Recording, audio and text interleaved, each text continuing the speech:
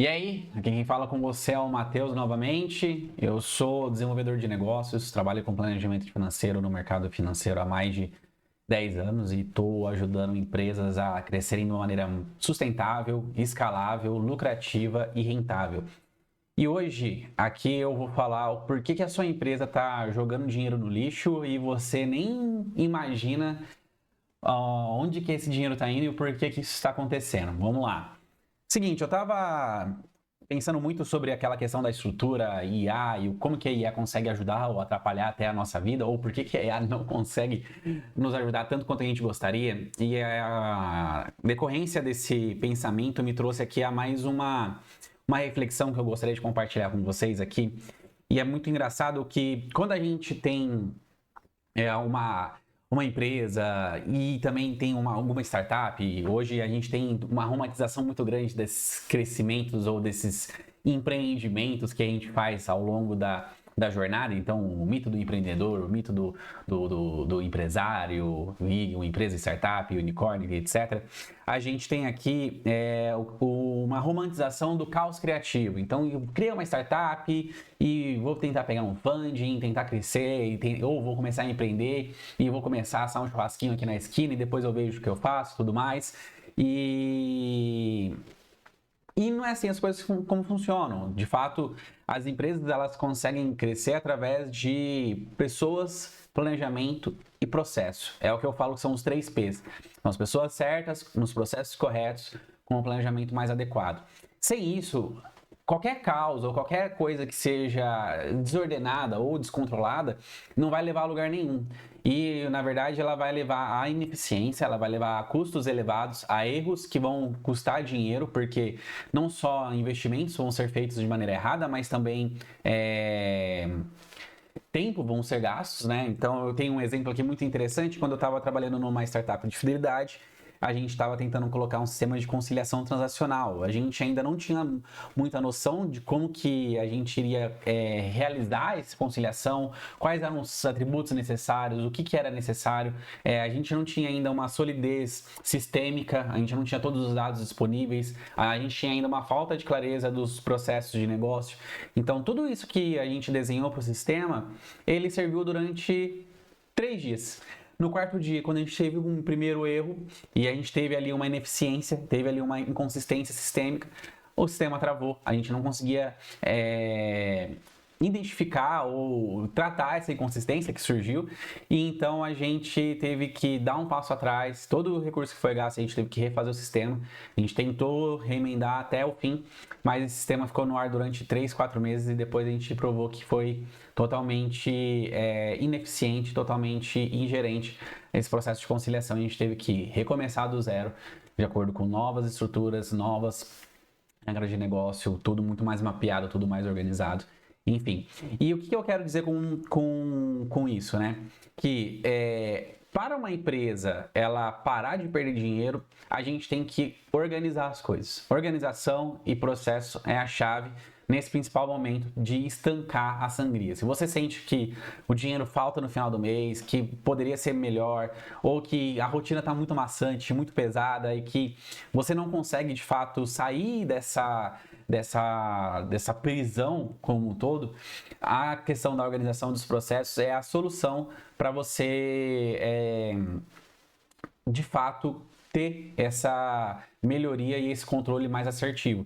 E aqui eu vou falar coisas que são simples, como checklist, playbooks ou aplicativos de controle e tudo mais, ajudam no dia a dia. Não precisa ser nada muito elaborado, não precisa ser um sistema super parrudo e etc. Uma inteligência artificial nova que surgiu e que você quer colocar aí no seu dia a dia, que também eu acho que não é essa a necessidade ou essa aonde que as coisas vão trabalhar, entendeu? Então tem toda essa dinâmica. Mas se mesmo assim, diante de tudo isso, ainda não tá dando certo ou ainda as coisas não estão funcionando para você, calma que eu vou explicar aqui o que acontece por detrás dos panos na engenharia não só social, mas na engenharia processual também da questão dos sistemas, né? Quando a gente coloca um processo ou alguma coisa, sempre tem uma resistência humana. Inevitavelmente, nós seres humanos somos muito resistentes às mudanças. E isso não é só comigo, é com você e com todo mundo. A gente, sempre quando coloca um processo, ou sempre quando a gente chega numa empresa ou olha alguma coisa e fala assim, mas por que isso é feito dessa maneira? A primeira resposta que a gente recebe é sempre foi feito assim. Isso começou lá com o Jair em 1980 e ninguém mudou até hoje. E também ninguém tem a questão de mudar, sempre funcionou e ok e tudo mais. Só que esse sempre funcionou é mais ou menos, né? A gente sabe que esse sempre funcionar sempre tem um custo muito alto, né? Então a gente sempre tem aqui uma questão de não só rotatividade, mas a questão de sempre foi feito assim e dói muito querer mudar ou não quero me indispor com os meus colegas ou não quero me dispor com as pessoas e etc, né? E isso também acontece porque quando a gente cria um processo novo, esse processo ele tem uma mudança cultural. Então tem toda essa resistência humana por trás, que já é um desafio por si só, mas também tem uma questão que é de controle de dados. E isso é uma questão que eu sempre bato na tecla que você não precisa ser uma empresa de tecnologia para você ter dados. Você pode ir criando seus dados ao longo da sua rotina, ao longo do quanto que você vai criando os processos da sua empresa, entendeu? Então, tenha muito isso em mente, que o processo ele só vai dar certo quando você consegue criar uma rotina de captura de dados. Se você não tiver essa rotina de captura de dados, você não consegue falar se o processo está indo bem ou está indo mal, entendeu? Então, eu vou dar um exemplo aqui, é um exemplo que ajuda a dar um contexto bastante grande, que é na questão de periculosidade no trabalho. Então, você está lá todo dia, um soldador, ele tem que colocar a luva, ele tem que colocar o macacão, ele tem que colocar a máscara, com a lente verde contra a questão da luminosidade que é muito forte. Então, todos os dias ele tem que ter essa rotina, ele tem que ter esse processo. E como que você vai saber se ele usou ou se ele não usou? É claro que ainda tem toda uma questão de fiscalização, mas aqui eu vou dividir entre processos preventivos e processos detectivos. Os preventivos, eles impedem que o erro aconteça e os detectivos, eles impedem que o erro chegue até um determinado caos ou determinada situação muito drástica. Trazendo aqui, por exemplo, todos os dias quando o soldador chega numa empresa que tem um controle rigoroso de EPI e de segurança do trabalho, ele tem que retirar esses EPIs. Então ele vai lá e assina um checklist, que ele tirou a luva, que ele tirou o avental, que ele tirou o óculos, que ele tirou o capacete, que ele tirou a bota, que ele tirou qualquer outra coisa. E no final do dia ele vai lá e assina que ele devolveu todos esses itens. Mas isso ele pode ter tirado e não pode ter não usado. Concordo com você. E aí entra a questão do processo detectivo. Então, além disso, tem o que? O fiscal, ele tem que passar, infelizmente a empresa geralmente contrata um fiscal ou um encarregado para cuidar do serviço desse cara e na hora que ele olha, ele vê se está de fato com o EPI. Se ele não tiver com o EPI, o que acontece? Ele é obrigado a assinar uma advertência. E aí, depois de 3 advertências, ele toma um gancho. Depois de 3 ganchos, ele é mandado embora por justa causa. Então, o que eu quero dizer aqui? Que todo o processo, ele vai ter toda essa questão do preventivo, toda a questão do detectivo. E se você não cria controles de dados para acompanhar esses processos e acompanhar essa questão, então, por exemplo, o checklist que o cara tirou e o checklist que o cara devolveu, além das questões, por exemplo, de punição, nesse caso eu estou falando de punição, mas pode ser o contrário também, pode ser uma questão de plano de desenvolvimento individual. Então, eu trouxe aqui um exemplo de um processo mais operacional, quando a gente traz um processo financeiro, por exemplo, em questão de compras, vendas, recursos humanos, onboarding, conciliação financeira, contábil, etc. Pode-se criar um processo de desenvolvimento individual falando o seguinte: olha, o meu fechamento contábil ele tem que ser feito até 5 dias úteis. O que eu tenho para fazer que eu consigo encaixar dentro desses 5 dias úteis? Não passou? Passou 100% do tempo? Beleza, ganha um aumento.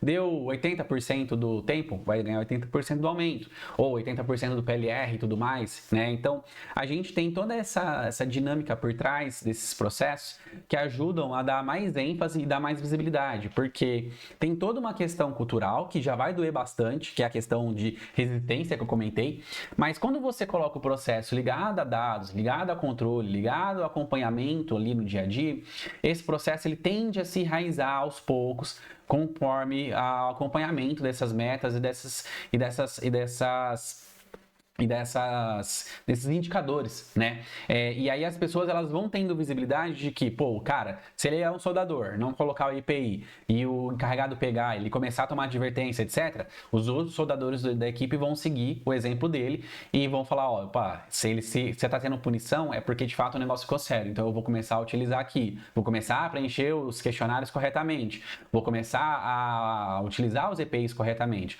O encarregado também, em compensação, ele vai começar a ter um pouco menos de trabalho, porque antes ele tinha que ficar fiscalizando todo mundo a todo instante, a todo momento, agora ele vai ter que fiscalizar com menos vezes e vai conseguir ter um trabalho mais assertivo em outras coisas, entendeu? Então, são coisas que vão surgindo ao longo do tempo e que criam uma proteção para a empresa, porque também pensa o seguinte, se você tem esse checklist assinado, que o cara assinou, o cara não usou IPI, ele sofre um acidente, a culpa acaba sendo dele, entendeu? Não que eu quero prejudicar o trabalhador, longe disso, mas quando a gente coloca uma regra, coloca um processo, coloca toda uma estrutura dentro de uma empresa, todo mundo tem que fazer esse acompanhamento, todo mundo tem que seguir essas ordens, e tem que seguir esse combinado dessas leis, entendeu? E a lei tem que valer para todo mundo, né? E esse é um dos pontos que são fundamentais, que é o seguinte... Quando uma empresa tem a lei para uns e a lei não funciona para outros, é onde os processos começam a dar errado. É onde a gente começa as exceções, elas começam a virar regra, entendeu?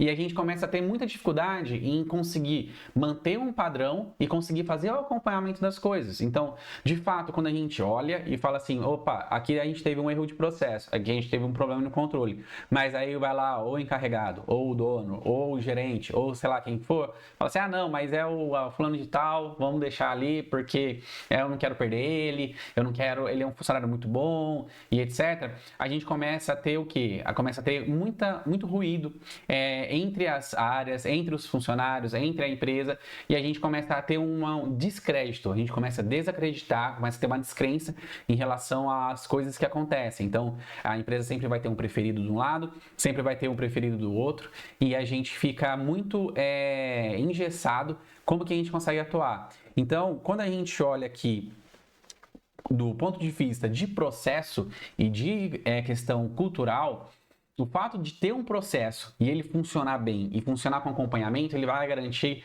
a perpetuidade e vai garantir a cultura da empresa. Só que a partir do momento que a gente começa a ter ruídos dentro desse processo, de maneira que aconteça situações nas quais há exceções e há muitas quebras de estrutura, quebras de padronização, quebras de regras, a gente começa a ter uma descrença geral e essa descrença geral começa a se espalhar por dentro da equipe, por dentro da empresa e é onde as coisas começam a desandar. E aí é onde, de fato, o dinheiro começa a ir embora. Por quê? Porque toda a energia que você gastou, todo o combinado que você fez, todas as novas implementações que você colocou de sistema, checklist, etc., elas param de funcionar. E quando elas param de funcionar, você volta a perder dinheiro. E quando você volta a perder dinheiro, você começa a ficar desesperado. E quando você começa a ficar desesperado, você começa a tomar decisões mais emocionais. E quando você toma decisões mais emocionais, você toma decisões mais erradas.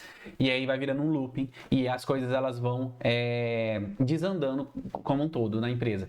Então, o que eu quero dizer aqui é que os processos, eles têm que ter toda uma questão de emoção e toda uma questão de razão e lógica por trás. E para você conseguir desenhar um processo, você precisa da colaboração de todo mundo junto. E que essa colaboração conjunta das pessoas, ela vai ajudar o processo a ser menos resistente e mais colaborativo.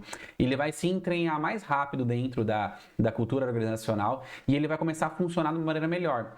E você tem que garantir que o processo ele tem que ser igual para todos, independente de quem seja, independente de como que seja, se seja o seu filho, se seja você, se seja o seu empregado mais querido ou mais performático, entendeu? Ele tem que funcionar para todos e as coisas elas têm que ter um acompanhamento. Então, sempre quando eu trago aqui a questão de quais são os indicadores-chave, o que vocês têm que trazer, ou como que vocês têm que trazer e tudo mais, sempre é nesse sentido de, dentro de um processo, qual indicador-chave desse processo que a gente vai acompanhar? Como que a gente vai fazer o armazenamento desse indicador-chave? Quais são as evidências que a gente vai ter para a gente conseguir trazer dentro daqui da nossa rotina um acompanhamento assertivo, de maneira que eu chegue no final do ano e fale assim para o meu funcionário, olha, você trabalhou aqui durante 200 dias comigo. Desses 200 dias, 180 dias você não usou o EPI da maneira correta. Então eu não consigo te dar um aumento. Me desculpe, mas próximo ano eu quero que você melhore nisso, eu quero que você melhore naquilo e eu quero que você melhore dessa maneira.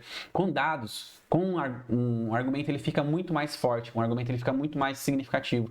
O funcionário ele não tem como questionar essa questão. A mesma coisa vale para você. Eu tenho que fazer o lançamento de todas as notas da minha empresa todos os dias. Eu quero fazer o fechamento da minha empresa até o 5º dia útil. Estou falhando ou não estou falhando? Lancei nota hoje ou não lancei nota hoje? Por que não lancei nota hoje? O que está errado? O que está certo? Entendeu? E isso vale para qualquer área da vida, qualquer coisa. Então, são coisas que são muito simples da gente ir colocando, mas que elas tem um custo inicial muito alto, mas que com o passar do tempo esse custo ele vai sendo diluído e a gente vai tendo ganhos, porque não são ganhos físicos, assim, estou ganhando dinheiro fazendo isso, mas estou deixando de perder dinheiro, porque a partir do momento que, por exemplo, você tem um funcionário que não usa o IPI e que você não tem controle do IPI que ele utilizou, que ele deixou de utilizar e que ele se acidenta, além do tempo que ele vai ficar parado, qual que vai ser o prejuízo para sua companhia? Entendeu? Então, pensando nisso, eu quero que você comenta aqui se faz sentido isso que eu te falei, se você quer saber como que a gente constrói um processo à prova de balas ou qualquer outra dúvida que você tenha, estou à disposição. Não se esqueça de curtir e compartilhar esse vídeo e um abraço. Até mais.